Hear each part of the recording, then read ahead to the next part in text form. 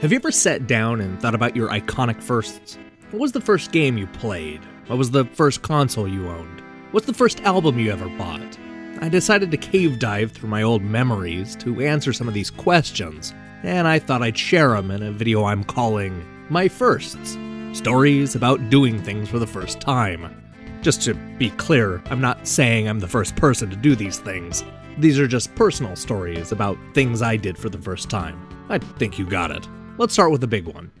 First computer. Long before I got into console gaming, my parents brought home a Commodore 64. As it turns out, I wasn't the only kid in the neighborhood with a C64, so I was able to quickly amass quite a collection of games, which got me interested in systems that only played video games. Which led me to my first dedicated game console. After exhausting the Commodore 64, I convinced my parents to buy the Nintendo Entertainment System, specifically the Nintendo Entertainment System Power Set, which came with the console, 2 controllers, a zapper, and the power pad. It also came with the original Super Mario Bros., Duck Hunt, and World Class Track Meet. As much as my mom wished I'd hit the power pad, I was always more interested in Super Mario Bros. First game on the Nintendo Entertainment System. I guess it probably shouldn't come as a surprise that the first NES game I got was Super Mario Bros. 2, that year's hot new release.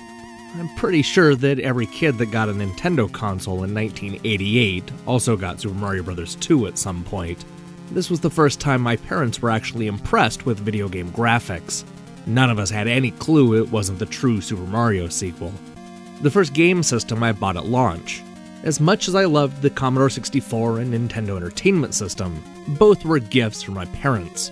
The Nintendo Game Boy, on the other hand, has a special place in my heart, as it's the first console I saved up and bought with my own money. It took me the better part of 1989 to earn enough money to spend $90 on Nintendo's first handheld. My parents were nice enough to buy a couple of games to get me started, but it was the Pac-Man Tetris that ended up getting the most play. And not just from me, my dad also liked Tetris so much that he saved up and got a Game Boy for himself. First game magazine. I currently own hundreds of old game magazines, but every collection starts with a first. For me, the first magazine was Game Player's Nintendo Buyer's Guide Volume 1. I was 10, and my mother surprised me with this Nintendo guide, since I had just gotten the console. I didn't even realize video game magazines were a thing, and it spurred me on to find others. This Game Player's issue isn't very good, but it does have this sweet Rampage ad on the back. Don't let me down, Dwayne Johnson. First time I appeared on television. Longtime fans of defunct games will already know the answer, but it's still worth bringing up here. Back when I was 11 or 12, I appeared on the short-lived syndicated series GamePro TV. See for yourself.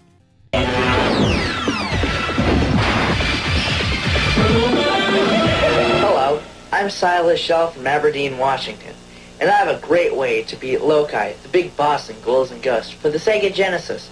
First, get the Psycho Cannon from Volcar. When you finally get to Loki, jump on one of his feet. When he raises his leg, then you'll be able to fire repeatedly at his chin, even though his leg is moving up and down. I promise you, you'll beat him in a snap. Good tip. And to show you our appreciation, we're going to be sending you your very own GameBro tee. Yeah. Hey, that's right. And that's all the time they're letting us have this week. And besides, our game techs are fried. That's right, bud. There's a long story about all this that I'll eventually talk about, but let's save that for another day. First album I bought. As a kid, I used to buy a lot of soundtracks. I was always into movies and liked the idea of having a variety of bands. But all that changed in 1989, when I decided to take a chance on a single band. The album I bought was The Raw and the Cooked by the Fine Young Cannibals, a UK outfit with a couple of catchy songs on the radio. You know, I still think Good Thing, Don't Look Back, and She Drives Me Crazy are fun songs. First DVD. I bought into DVD early. I was already spending too much money tracking down letterboxed VHS tapes, so I made the decision to invest in something that would last a little longer. My first purchase, U-Turn, The Fifth Element, and In the Company of Men. U-Turn isn't a great movie, and everybody knows what The Fifth Element is, so let me take this time to recommend In the Company of Men. It stars Aaron Eckhart in one of his earliest roles, and boy is it a mean film. A savage dark comedy, worth seeking out. First compact disc. Remember when I said that I used to buy a lot of soundtracks? Well, it probably won't surprise you that my first CD was the Twin Peaks soundtrack. It's scored by Angelo Badalamenti, who is easily one of my favorite composers, and it feels just as relevant today as it did 25 years ago. First concert. My mother would probably argue that my first concert was Tim Noah or Raffi, but assuming we're not talking about kids' music, my first real concert was on May 21st, 1990. My parents and I loaded up the car and made the trip to the Tacoma Dome to see David Bowie on the Sound Plus Vision tour. Sadly, I don't remember much about this concert, but I still have the shirt. First video game event. I may be a little fuzzy on the details of the Bowie concert, but I certainly remember going to the Nintendo World Championships in 1990. I went to the Seattle stop, met Howard Phillips, played a bunch of games, and then immediately bought Final Fantasy. That's all connected in a much longer story, but we'll probably get to that in another video. First video game convention. 3 years after the Nintendo World Championships, my parents figured out a way to sneak my 15-year-old butt into the Winter Consumer Electronics Show 1993 in Las Vegas, Nevada. I had grown up reading about the CES and game magazines, so this was like going to Disneyland. It also started me down this long games journalism trek. One of these days I'll tell you the full CES story, complete with the swag I still have. First freelance game review. Not long after starting Defunct Games, I decided to apply for a few freelance jobs. The first to hire me was Yu-Gi-Oh!, who was running a number of modestly sized game sites at the time. The first game they sent me was Fur Fighters, Vigo's Revenge for the PlayStation 2.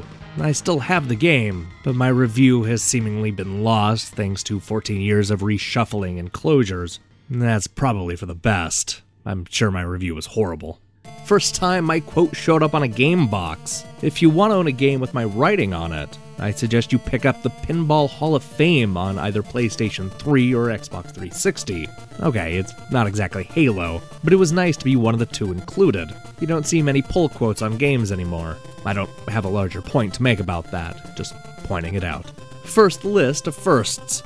You just watched it. This is the first time I tried anything like this, and hopefully it wasn't too boring.